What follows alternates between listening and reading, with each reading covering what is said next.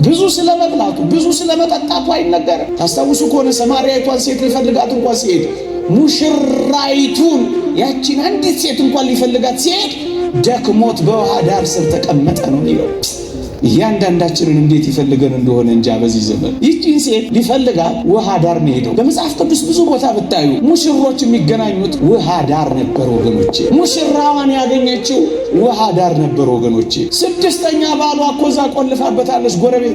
በዚያ ተጨንቃ ሳለ አንዱ ሙሽራዋ ግን ደክሞት ውሃ ዳር ተቀመጠ ይላል። ምግብ ሊገዙ ሄደዋል። ለሱ ምግብ እምብዛም፣ ልብስ የለው፣ ምግብ የለው፣ አጃቢ የለው። አቤት በዚህ ዘመን አጃቢያችን መብዛት። ክርስቶስ በጣም ክብር ወዳጅ፣ በጣም አጃቢ ወዳጅ እንዳይመስላችሁ። ከሐዋርያቱ አንዱ እንኳን እንዲያጅበው አልፈለገም። አረ አጃቢ አትፈልጉ፣ ወደዛ ምን ያደርግላችኋል? ከሐዋርያቱ አንዱ እንኳን አያስቀር ምን ያደርግለታል? ምግብ እምብዛም ስላልሆነ ስንቅ አይዝም። ልብሱ ደግሞ እንዴት ናት ስታርጋብረው ምታል። ማለፊያ የሆነ ልብስ እንኳን የለው፣ ማለፊያ የሆነ ምግብ እንኳን የለው። ሰሞኑን ሰምታችሁ የለ ሲተረክ እነዚያ የኦሪት ሊቃነ ካህናት የተወደዳችሁ ኦርቶዶክሳውያን እንኳን እነሱ ሚስቶቻቸው እንኳን የሽቶ በጀት ነበራቸው። አንተ የሽቶ በጀት ነበራቸው። ክርስቶስ የሽቶ በጀት አልነበረውም ወገኖቼ። እሾኩ የተተከለበት ሙሽራ ከክርስቶስ በቀር ማን ነው? ይህንን ሙሽራ ቸል የምትል ሙሽሪት ትኖራለች። ይህን ሙሽራ ቸል ብላችሁት ይሆን? አትጠብቁት ይሆን? አልተሰነገላችሁለት ይሆን? እጆቻችሁን ዘርግታችሁ ሰውነታችሁን አንጽታችሁ ሙሽራችሁን ብቻ ትጠብቁ ይሆን? ይህንን ሙሽራ ታስቡታላችሁ? ይህንን የደስታ ቀንስ በልባችሁ ትከትቡታላችሁ? ለዚህ የሙሽርነት ቀንስ አብራችሁት ትዋሃዳላችሁ? አብራችሁት ትኖራላችሁ? ተዋህደ ነው ልንኖር የሚገባው ሙሽራ ነው ያለን። የት ላይ? መስቀል ላይ ያጨን። የት ላይ? በመስቀል ዙፋንነት የተሞሸረልን ይሄ ሙሽራ ሁላችንንም ይጠብቀናል። ለዚህ ተዘጋጅተን ይሆን ምዕመናን? በስመ አብ ወወልድ ወመንፈስ ቅዱስ አሃዱ አምላክ አሜን። ክቡራን አበው ካህናት፣ መምህራነ ወንጌል፣ የተወደዱ ወንድማችን መጋቢ ምስጢር መምህር ብሩክ፣ የተወደዳችሁ ምዕመናንና ምዕመናት በልዑል እግዚአብሔር ስም እንደምን ሰነበታችሁ? እንደምን አላችሁ? አሜን። በቸርነቱ የጠበቀን በአጸደ መቅደሱ የሰበሰበን እንደ በደላችን ያልከፈለን እንደ ኃጢአታችን ያልተቆጣጠረን የአባቶቻችን አምላክ የእኛም አምላክ ልዑል እግዚአብሔር ዘላለማዊ ስሙ የተመሰገነ ይሁን። እንደ እግዚአብሔር ቅዱስ ፈቃድ አጠር ላለች ደቂቃ ለጸሎተ ምህላው መግቢያ እንዲሆን ጥቂት የእግዚአብሔርን ሐሳብ፣ ጥቂት መንፈሳዊ ቁም ነገሮችን እንማራለን። የአባቶቻችን አምላክ እግዚአብሔር ሰምተን እንድንጠቀም ፈቃዱ ይሆንልን። የትምህርታችን ርዕስ የሚሆነው በልቡ ደስታ ቀን በሚል ርዕስ ይሆናል። የመኃልየ ዘሰሎሞን ከመዝሙር ሁሉ የበለጠ የሶሎሞን መዝሙር ማለት ነው። ምዕራፍ 3 ቁጥር 11 ላይ እንዲህ የሚል ቃል አለ። እናንት የጽዮን ቆነጃጅት ውጡ፣ እናቱ በሰርጉ ቀንና በልቡ ደስታ ቀን ያደረገችለትን አክሊል ደፍቶ ንጉሥ ሰሎሞንን ተመልከቱ ይላል። እናንት የጽዮን ቆነጃጅት ውጡ፣ እናቱ በሰርጉ ቀንና በልቡ ደስታ ቀን ያደረገችለትን አክሊል ደፍቶ ንጉሥ ሰሎሞንን እዩ ይላል። ስለ ቃሉ አምላካችን እግዚአብሔር የተመሰገነ ይሁን። መኃልየ መኃልይ ዘሰሎሞን ከመዝሙር ሁሉ የበለጠ የሰሎሞን መዝሙር መጽሐፍ በሊቃውንተ ቤተ ክርስቲያን ትርጓሜ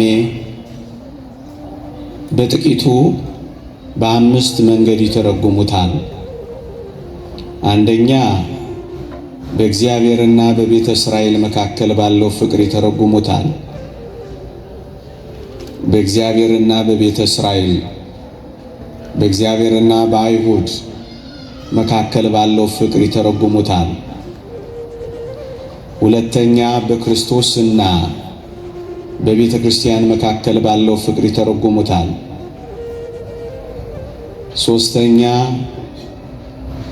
በእግዚአብሔርና በአንዲት እግዚአብሔርን በምትፈልግ ነፍስ፣ እግዚአብሔርን በምትፈልግ ምእመን ይተረጉሙታል።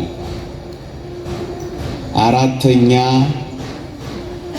በተወደደች ቅድስት ድንግል ማርያምና በተወዳጅ ልጇ በኢየሱስ ክርስቶስ አማካኝነት ባለው ዝምድና ባለው ፍቅር ይተረጉሙታል።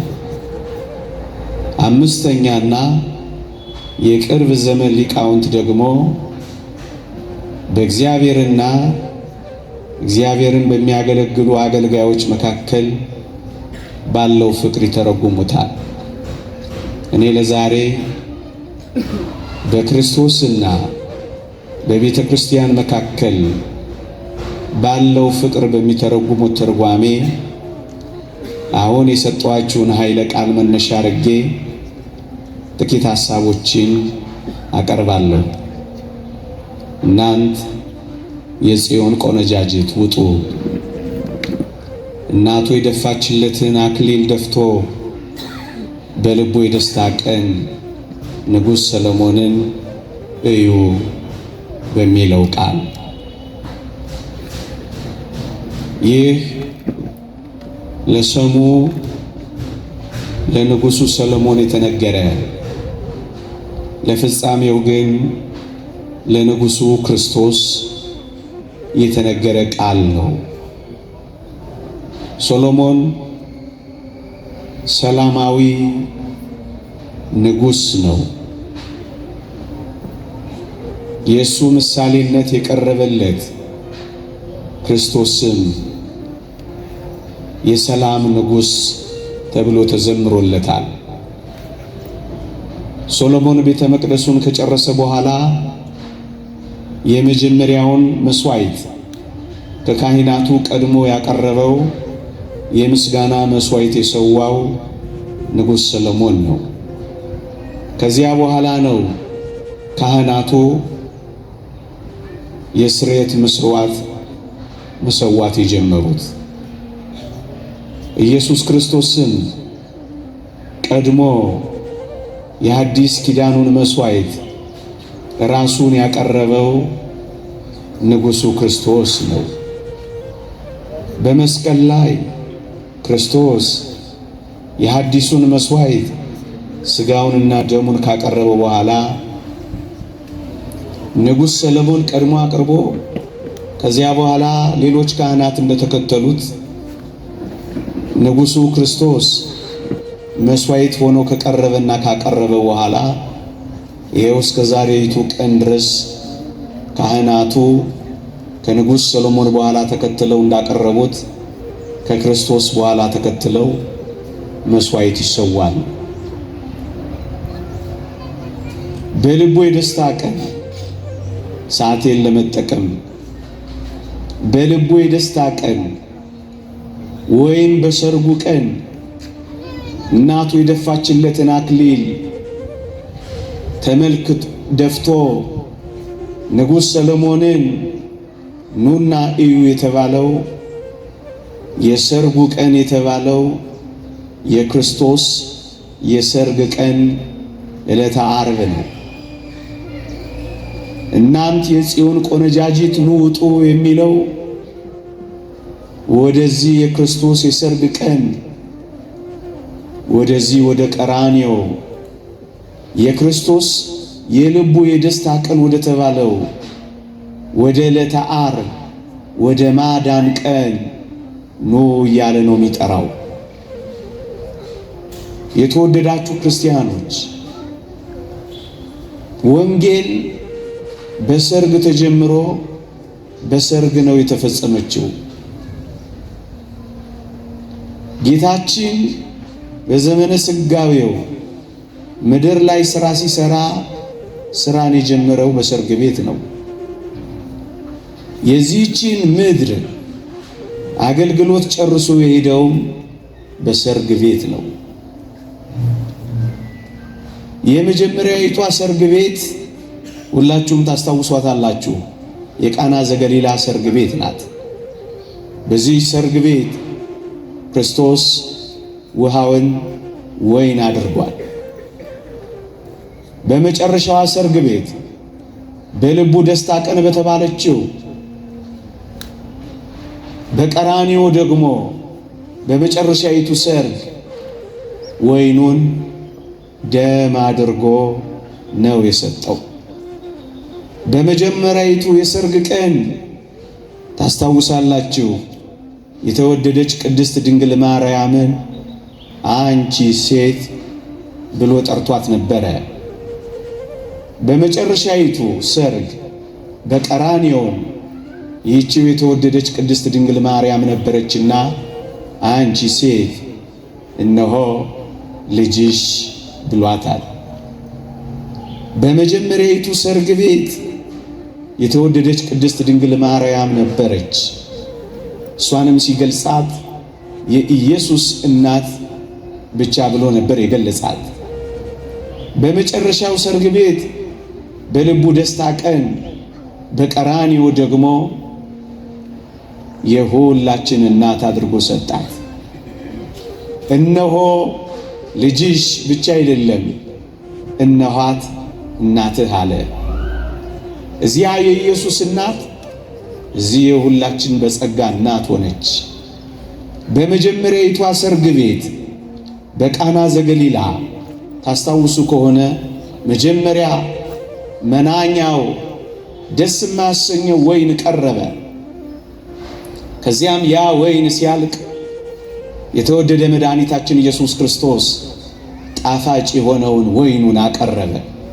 ደግሞ አለው በመጀመሪያው ሰርግ ቤት በቃና ዘገሊላ መናኛና ደስ የማያሰኘው ወይን ቀረበ። ኋላም በመድኃኒታችን አማካኝነት ጣፋጭ የሆነው ወይን ቀረበ። በሁለተኛው ሰርግ ቤት በልቡ ደስታ ቀን መጀመሪያ ደስ የማያሰኘውን ሕማሙን፣ ደስ የማያሰኘውን መከራውን፣ ደስ የማያሰኘውን ስቃዩን አሳየ። ኋላስ ጣፋጭ የሆነ ወይን በቃና ዘገሊላ እንደቀረበ ጣፋጭ የሆነውን ወይን ትንሣኤውን በዚያች አበሰረ። መጀመሪያ ደስ የማያሰኘውን ሕማሙን፣ ከዚያስ ደስ የሚያሰኘውን ብስራቱን። በመጀመሪያው በቃና ዘገሊላ ሰርግ ታስታውሱ ከሆነ ውሃውን ወይን ያደርግ ዘንድ በእናቱ ተጠየቀ፣ በእናቱ ተለመነ፣ ውሃውንም ወይን አደረገ። በሁለተኛው ሰርግ በልቡ የደስታ ቀን በተባለችው እኔና እናንተን ባዳነበት ቀን የተወደዳችሁ ኦርቶዶክሳውያን በሰሙነ ሕማማቱ ደግሞ ወይኑን ደም እንዲሆን የሱ ብቻ ሳይሆን የአባቱን ፈቃድ ሆነ። በመጀመሪያ የእናቱ በቃና ዘገሊላ፣ ኋላም የአባቱ በዚያ በቀራንዮ። በመጀመሪያው ሰርግ ቤት ታስታውሱ ከሆነ የተወደደች እናቱ የቅድስት ድንግል ማርያም ልመና፣ ምልጃ፣ ጥያቄ ጌታችንን ወደ አደባባይ ተልእኮ አወጣው። በግልጽ ተአምራት እንዲያደርግ አደረገው። በሁለተኛው ሰርግ ቤት በቀራንዮ ደግሞ ዓለሙን ሁሉ በክቡር ደሙ እንዲያድን ወደ መስቀል እንዲወጣ የአባቱ ፈቃድ ሆነ። አያችሁ፣ ወንጌል በሰርግ ተጀመረ፣ ወንጌል በሰርግ ተፈጸመ። ለዚህ ነው በርዕሳችን በሰርጉ ቀን በልቡ ደስታ ቀን ተብላ የተጻፈችው ዕለተ ዓርብ ናት። እኔና እናንተ የዳንባት በመከራው ደስታ ያገኘንባት፣ በስቃዩ የፈነጠዝንባት፣ በውድቀቱ የተነሳንባት፣ በመቁሰሉ የተፈወስንባት፣ በመውደቁ የተነሳንባት ይቺ የልቡ ደስታ ቀን የተባለችው እኔና እናንተን ወደ ቅፉ ያስገባባት ቀን ናት። ወደ ቤታችን የገባንባት ቀን ናት። ከዲያብሎስ መንጋጋ የነጠቀን ዕለት ናት። የልቡ ደስታ ቀን፣ የማዳን ቀን፣ የምህረት ቀን፣ የሰርጉ ቀን፣ የደስታ ቀን ሰርግ ቤት ናት። የተወደዳችሁ ኦርቶዶክሳውያን ቅዱስ ቄርሎስ ሊቁ በረከቱ ትደረብንና እንዲህ አለ። መስቀል የክርስቶስ የሙሽርነቱ ዙፋን ነው አለ። ወገኖቼ የሰርግ ቀን ነው ስንል የሙሽርነቱን ዙፋን የፈጸመው መስቀል ላይ ነው ብለው ተርጉመውታል አባቶቻችን። በቀራንዮ አደባባይ ላይ ሰርግ ነው ያደረገው። ታላቅ ሰርግ ነው የደገሰው። ለዚህ ነው አባቶቻችን በቅዳሴያችን ሁል ጊዜ ምን እንደምንል ታውቃላችሁ? ምናልባት አልሰማችሁት ይሆናል እንጂ መኑ ዘረ መራዌ ዘይጠብ ሥጋሁ በጊዜ ከብካቡ። በሰርጉ ጊዜ ሥጋውን ቆርሶ የሚያበላ፣ በሰርጉ ጊዜ ደሙን አፍሶ የሚያጠጣ፣ በራሱ ሰውነት የደገሰ፣ በራሱ ሰውነት ሕዝቡን ያረካ እንዲህ ያለ ሙሽራ ማን ነው ብላ ነው ቤተ ክርስቲያን የምትጮኸው። ስለኔና ስለናንተ የተሞሸረ፣ ስለኔና ስለናንተ ሰርግ ያደረገ፣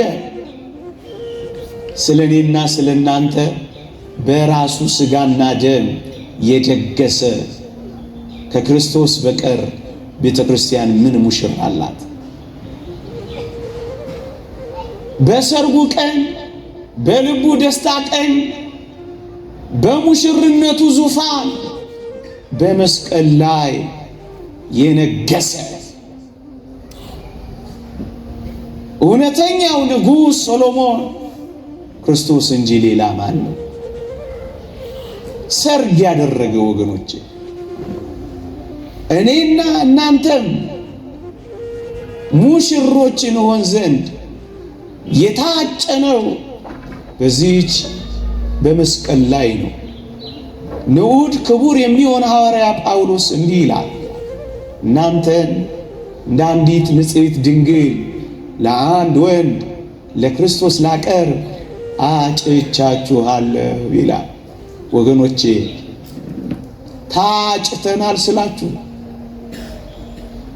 እንደ አንዲት ንጽሕት ድንግል አጭቻችኋለሁ። ምን አለባችሁ?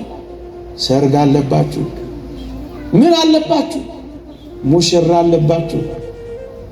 ምን አለባችሁ? የበጉ ሰርግ ራት አለባችሁ።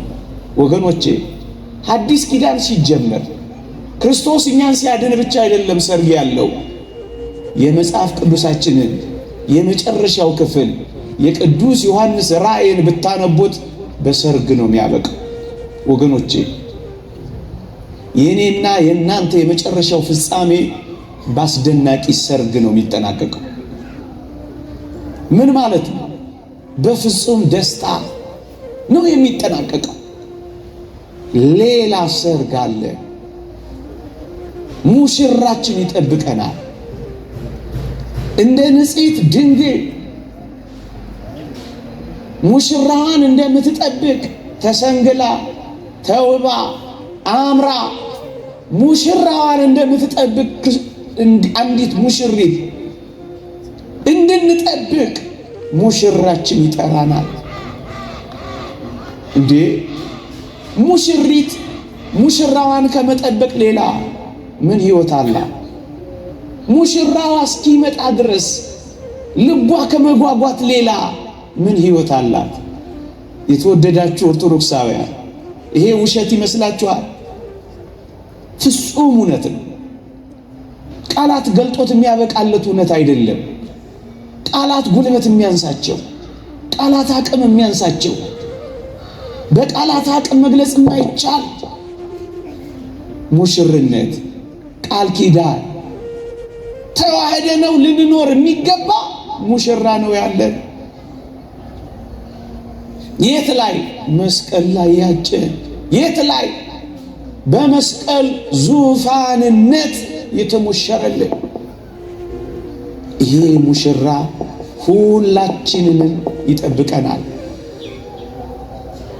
ለዚህ ተዘጋጅተን ይሆን ምዕመናን? እሱን ነው ዛሬ ጥቂት ደቂቃ ተጠቅሜ የዚህን የሰርግ ጥሪ ላቀርብላችሁ የፈለኩት። መኑ ዘርእ መራዊ ዘይጠብ ሥጋሁ በጊዜ ከብካቡ። እንዲህ ያለ ሙሽራ አይታችሁ ታውቃላችሁ? መስቀል ላይ የተሞሸረ ሙሽራ፣ እርጥብ መስቀል ላይ እንዴ ያማሩ ነጭ ዙፋን ላይ የተሞሸሩ ሙሽሮች እኛ እናውቃለን። እሰይ ጥሩ ነው። እርጥብ መስቀል ላይ የተሞሸረ ሙሽራ ግን ከክርስቶስ በቀር ማን ነው? እሰይ ጥሩ ነው። በቀይ ምንጣፍ ላይ የሄዱ ሙሽሮች ድረናል፣ ኩለናል። በጣም መልካም ነው። ይሄን ሙሽራችንን ግን ዛሬ በዕለተ ዓርብ ዋዜማ እንድናስታውሰው ቀይ ምንጣፍ ላይ የተረማመደ ሙሽራ አይደለም። ይልቁንስ በቀይ ደሙ የጨቀየ ሚስማር ላይ የተሞሸረ ሙሽራ ይጠብቀናል እኮ። ይሄንን ሙሽራ በደንብ እናውቀዋለን ምዕመናን። በሰርጉ ቀን ማለትም በልቡ ደስታ ቀን ማለትም እኛን ወደ ቅፉ በመለሰበት ቀን ማለትም እኛን ወደ ቤቱ ባስገባበት በዚያ የደስታ ቀን ደስ እንደተሰኘ በመጨረሻይቱ የደስታ ቀንስ እኛ ደግሞ አብረነው ደስ እንለን ይሆን? ያለ ሙሽራ አይታችኋል? እሱን ነው በሰርጉ ቀን በልቡ ደስታ ቀን እናንት የኢየሩሳሌም ቆነጃጅት ሆይ ኑጡ እዩ የሚለን አበባ የተነሰነሰላቸው በጣም በርካታ ሙሽሮች ድረናል፣ ኩለናል። ግሩም ነው። ይሄ ሙሽራ ግን አበባ የተነሰነሰለት ሙሽራ አይደለም። ሊቃውንት እንደሚያስተምሩት አበባው ተራገፈና እሾኩ የተተከለበት ሙሽራ ከክርስቶስ በቀር ማን ነው? ይህንን ሙሽራ ቸል የምትል ሙሽሪት ትኖራለች። ይህን ሙሽራ ቸል ብላችሁት ይሆን? አትጠብቁት ይሆን? አልተሰነገላችሁለት ይሆን? እጆቻችሁን ዘርግታችሁ ሰውነታችሁን አንጽታችሁ ሙሽራችሁን ብቻ ትጠብቁ ይሆን? ይህንን ሙሽራ ታስቡታላችሁ? ይህንን የደስታ ቀንስ በልባችሁ ትከትቡታላችሁ? ለዚህ የሙሽርነት ቀንስ አብራችሁት ትዋሃዳላችሁ? አብራችሁት ትኖራላችሁ? ወገኖቼ እኛ ምንድራቸው ሙሽሮች ሽቶ ምንረጫቸው ሙሽሮች ነው። እሰይ ጥሩ ነው። እንደውም በብሂላችን ኧረ ሚዜው ደሃ ነው ሽቶ ውሃ ነው የምንለው። ይሄ ሙሽራችን ግን ሽቶ የተረጨለት ሙሽራ አይደለም። ሁላችሁም እንደምታውቁት የአይሁድ ምራቅ የተተፋበት ትፋታችንን እንኳን መለስ ብሎ ያላሳለፈ ይልቁንም የለደፍንበት የኔና የእናንተን ጥፋት የተሸከመ ምን አይነት ሙሽራ ይሆን? እንዲህ አይነት ሙሽራ የአይሁድ ዋልጌ ቃላት የዘነበበት ሞገሳ፣ ውደሳ፣ ጭብጨባ አይደለም፣ ዋልጌ ቃላት የጎረፈበት እንዲህ ያለ ሙሽራ አይታችሁ ታውቃላችሁ? ያፈቀረን የሞተልን የሚጠብቀልን የሰርጉ የደስታ ቀን ስለኛ የከፈለልን ሙሽራችንን ከፍ ብለን እንድናስቡ ብዬ ነው በአጭር ደቂቃ ይህን ርዕስ የመረጥኩት። እንዲህ አይነት ሙሽራ አይታችሁ ታውቃላችሁ? አዎ ጥሩ ነው። ያማሩ ልብስ የለበሱ ሙሽሮችን ድረናል፣ ኩለናል። የልብሳቸው ግርማ የሚያስፈራ ጥሩ ነው። እንዲህ ያለ ሙሽራ ግን አይታችሁ ታውቃላችሁ? ምን አይነት ሙሽራ? ነቢዩ ዘካርያስ ነቢዩ ኢሳይያስ ይጠይቃል። ከበላሶን ሀገር የመጣውን ሰው እንዲህ ብዬ ጠየቅኩት ይላል። ልብስህ ስለምን ቀላ ብዬ ጠየቅኩት ይላል። እሱም እንዲህ ብሎ መለሰልኝ ይላል። የወይን መጥመቂያውን ብቻዬን ረግጫለሁ አለኝ ይላል። የተወደዳችሁ ኦርቶዶክሳውያን ልብሱ በደም ያሸበረቀ ልብሱ በደም የተነከረ እንዲህ አድርጎ የተሞሸረ ሙሽራ አይታችሁ ታውቃላችሁ? ይሄ ሙሽራ ነው ያጨን። ይሄ ሙሽራ ነው የሚጠብቀን። ይሄ ሙሽራ ነው የመጨረሻውን ሰርግ ሊያደርግልን ተስፋ የሰጠን። ይቺ ሰርግ ቤት አትናፍቃችሁ? ምንድነው የምትናፍቀው ሙሽራ? ከዚህች ውጪ አንዲት ሙሽሪት ምን ትናፍቃለች? እናንተ ምእመናን ሌላ ሙሽራ አላችሁ እንዴ ይሆነላችሁ? ሌላ አፍቃሪ ያለ እንዴ ተጣበቃችሁበት? ሌላ ውድ አላችሁ እንደዚህ ዓለም ላይ የምትንከራተቱበት? ሌላ የፍቅር ምርኮ አላችሁ እንዴ እጆቻችሁን የዘረጋችሁበት? እንዲህ አይነት ሙሽራ አይታችሁ ታውቃላችሁ? ብቻው የወይን መጥመቂያውን ጠምቄያለሁ፣ ረግጫለሁ፣ ልብሴ ላይ ተረጭቷል ያለው እኮ ለዚህ ነው። ልብሱ በደም የተረጨ ያማረ ልብስ አይደለም። አንዲት ልብስ ብቻ አለው። ልብስ የማይቀያየር ጌጠኛ ያልሆነ ስለኔና ስለናንተ ሁሉን ነገር የተወ ምግብ እንኳን እምብዛም ያልሆነ እዩ። በመጽሐፍ ቅዱስ ብዙ ስለመብላቱ ብዙ ስለመጠጣቱ አይነገርም። ታስታውሱ ከሆነ ሰማርያዊቷን ሴት ሊፈልጋት እንኳን ሲሄድ ሙሽራይቱን ያቺን አንዲት ሴት እንኳን ሊፈልጋት ሲሄድ ደክሞት በውሃ ዳር ስር ተቀመጠ ነው የሚለው። እያንዳንዳችንን እንዴት ይፈልገን እንደሆነ እንጃ። በዚህ ዘመን ይቺን ሴት ሊፈልጋት ውሃ ዳር ነው ሄደው። በመጽሐፍ ቅዱስ ብዙ ቦታ ብታዩ ሙሽሮች የሚገናኙት ውሃ ዳር ነበር ወገኖቼ። ሙሽራዋን ያገኘችው ውሃ ዳር ነበር ወገኖቼ። ስድስተኛ ባሏ እኮ እዛ ቆልፋበታለች ጎረቤት። በዚያ ተጨንቃ ሳለ አንዱ ሙሽራዋ ግን ደክሞት ውሃ ዳር ተቀመጠ ይላል። ምግብ ሊገዙ ሄደዋል። ለሱ ምግብ እምብዛም፣ ልብስ የለው፣ ምግብ የለው፣ አጃቢ የለው። አቤት በዚህ ዘመን አጃቢያችን መብዛት። ክርስቶስ በጣም ክብር ወዳጅ፣ በጣም አጃቢ ወዳጅ እንዳይመስላችሁ። ከሐዋርያቱ አንዱ እንኳን እንዲያጅበው አልፈለገም። አረ አጃቢ አትፈልጉ፣ ወደዛ ምን ያደርግላችኋል? ከሐዋርያቱ አንዱ እንኳን አያስቀር ምን ያደርግለታል? ምግብ እምብዛም ስላልሆነ ስንቅ አይዝም። ልብሱ ደግሞ እንዴት ናት ስታድግ አብረው የምታድግ። ማለፊያ የሆነ ልብስ እንኳን የለው፣ ማለፊያ የሆነ ምግብ እንኳን የለው። ሰሞኑን ሰምታችሁ የለ ሲተረክ እነዚያ የኦሪት ሊቃነ ካህናት የተወደዳችሁ ኦርቶዶክሳውያን እንኳን እነሱ ሚስቶቻቸው እንኳን የሽቶ በጀት ነበራቸው። አንተ የሽቶ በጀት ነበራቸው። ክርስቶስ የሽቶ በጀት አልነበረውም ወገኖቼ። እና ምንድነው ልብሱ በጎቹ ሲወድቁበት ከጉድጓድ በማውጣት ልብሱ በጎቹ ሲሰበሩበት እነሱን በማንሳት የበጎቹ ደም ነበር የሚነካው። ለዚህ ነው ማለፊያ ልብስ እንኳን የሌለው። እንዲህ አይነት ሙሽራ አይታችሁ ታውቃላችሁ?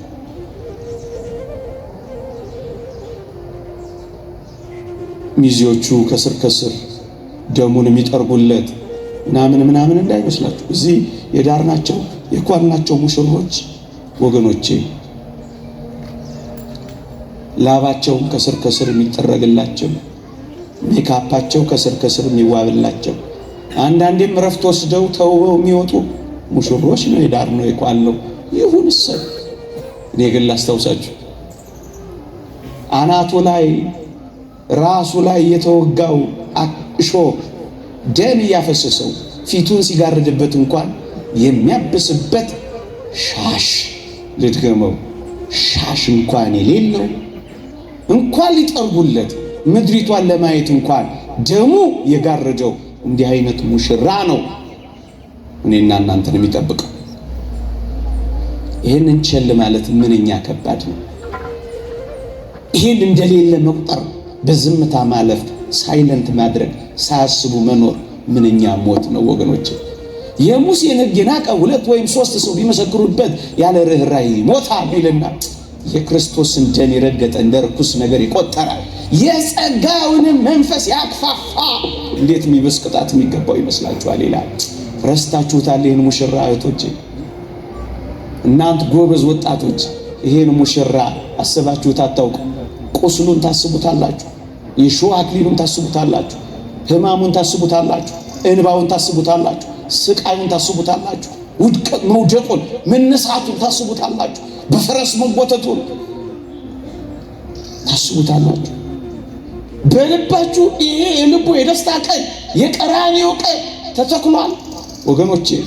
ሁል ጊዜ ይህቺ ቤተ ክርስቲያን ዓርብ ላይ ናት። እደግመዋለሁ፣ ዓርብ ላይ ናት። ወደ ኋላ ዓርብ ላይ፣ ወደፊትስ የዘላለም ሕይወት ውስጥ ናት። ዓርብ ላይ ናት። ዓርብ ላይ ለምን ካላችሁ እዩ፣ ሁል ጊዜ መስዋዕቱን ትሰዋለች። መስዋዕቱን ስትሰዋ ሁል ጊዜ ቀራንዮን ትሆናለች። ያንን ትዝታ አይደለም የምንፈጽመው፣ ያንን ማሰቢያ ብቻ አይደለም የምናደርገው፣ ዓርብ ጭምር የምታደርገው ይህቺ ቤተ ክርስቲያን ብቻ ናት። ጎበዝ፣ አዳራሽ ለአዳራሽ አትዙር። የምር አፋችንን ሞልተን ደረታችንን ነፍተን ሁል ጊዜ የምንጮኸው እውነት ስለሆነ ነው። ይህቺ ብቻ ናት ዓርብ። ሌላ ቦታስ ሜሞሪ ነው መታሰቢያ፣ ትዝታ። የ2000 ዓመት ታሪክ ላይ መታሰቢያ ብቻ ላይ ይወስዷቸዋል። እኛስ ሕይወት ውስጥ ቁስሉ አጠገብ ቀራንዮ ላይ ነው። ማረጋገጥ ከፈለጋችሁ ሐሙስ ምሽት ክርስቶስ ይህ ሥጋዬ ነው ብሎ ሲሰጥ ይህ ለሐዲስ ኪዳን ነገ የሚፈሰው ደሜ ነው ያለው። ሐሙስ ለዓርብ ደሜ ነው አላቸው። የነገውን ዛሬ ሳበው፣ አንድ አደረገው። ከዚያስ የቆሮንቶስ ቤተ ክርስቲያን ውስጥ ልውሰዳችሁ። ቅዱስ ጳውሎስ እንዲህ አለ፣ ዛሬ የምንቆርሰው እንጀራ ከክርስቶስ ሥጋ ጋር ኅብረት ያለው አይደለምን? ወደ ኋላ የምንባርከው ጽዋ ከክርስቶስ ጋር ኅብረት ያለው አይደለምን? ወደ ኋላ ዓርብ። ዛሬስ ዓርብ ላይ ነው። ሁል ጊዜ ሰርግ ቤት ነን። ሁል ጊዜ እዛች ሰርግ ቤት ነን ያለ ነው ወገኖች። ሙሽራ እንደሆነ ላሳያችሁና ልጨርስ። ሙሽራ ለልማዱ አባቱንና እናቱን ይተዋል። ሙሽራ እንዲህ ነው የሚያደርገው። ሰው አባቱንና እናቱን ይተዋል፣ ከሚስቱም ጋር ይጣበቃል ተብሎ ተጽፏል። አንድ ሊቅ ሲተረጎም ምን ይላል? ኢየሱስ ክርስቶስ አምላኬ አምላኬ ስለምን ተውከኝ ብሎ መጮሁ ይላል ሙሽራ ስለሆነ ነው። ለልማዷ ሙሽሪትም ይሁን ሙሽራ ወላጆቻቸውን እንደሚተዉ የተተወ የመሰለው ሙሽራ ስለሆነ እኮ ነው ይላል። ቃል ኪዳኑ መስቀሉ ነው። የቀለበት ማሳያው ቁስሉ ነው። ሙሽራ ስለሆነ ነው አምላኬ አምላኬ ስለምን ተውኸኝ ያለው።